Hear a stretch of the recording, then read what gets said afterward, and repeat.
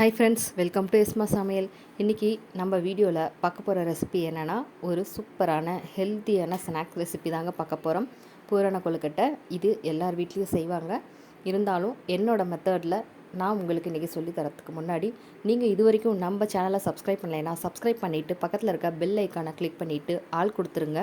அப்போ தான் நாங்கள் போடுற எல்லா வீடியோஸும் உங்களுக்கு உடனுக்குடனே நோட்டிஃபிகேஷனாக வரும். நாங்கள் வீடியோக்குள்ளே போகலாம். 1/2 கிலோ அளவுக்கு பச்சரிசி மாவு எடுத்து வச்சுருக்கேங்க. அது கூட கொஞ்சமாக தூளுப்பு சேர்த்துக்கலாம். இதை இப்போது நல்லா மிக்ஸ் பண்ணி விட்டுக்கோங்க. ஒரு பாத்திரத்தில் தண்ணி எடுத்து நல்லா கொதிக்க வச்சுருக்கேன். தண்ணி கொதிஞ்சதுக்கப்புறமா மாவில் கொஞ்சம் கொஞ்சமாக சேர்த்து நம்ம பிசைஞ்சு எடுத்துக்கலாம். நம்ம இதை ஒரு சாஃப்டான டவ்வாக பிசைஞ்சு எடுத்துக்க போகிறோம்.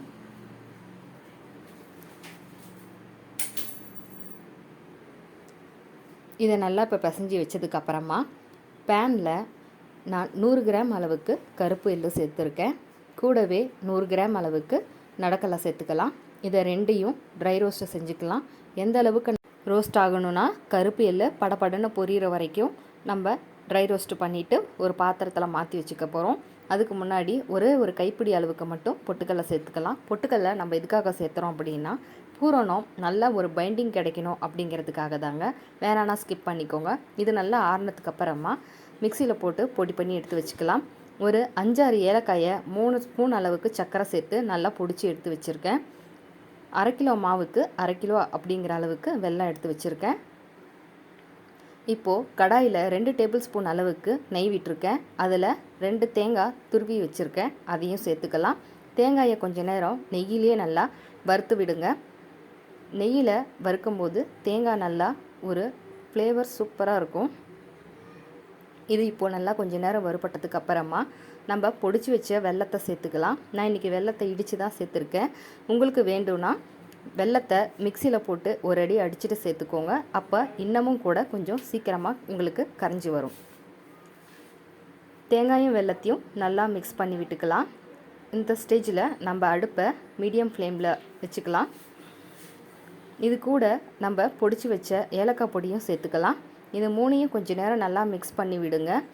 வெல்லம் நல்லா கரைஞ்சி வர வரைக்கும் நம்ம பொறுமையாக மிக்ஸ் பண்ணி விட்டுக்கலாம். இது கூட கொஞ்சமாக தூளுப்பு சேர்த்துருக்கேன். எதுக்காகனா, நம்ம கொஞ்சமாக உப்பு சேர்த்தும் போது நமக்கு அதோட டேஸ்ட் இன்னும் கொஞ்சம் எடுத்து கொடுக்கும். இப்போது இந்த அளவுக்கு நல்லா வெல்லம் கரைஞ்சி வந்ததுக்கப்புறமா நம்ம இறக்கி வச்சுக்கலாம். இப்போ இதை இறக்கி வச்சதுக்கப்புறமா நான் பொடிச்சு வச்ச எள்ளு நடக்கல்ல மிக்ஸை இதில் சேர்த்துக்கிறேன். இதையும் இப்போது நல்லா மிக்ஸ் பண்ணி விட்டுக்கோங்க.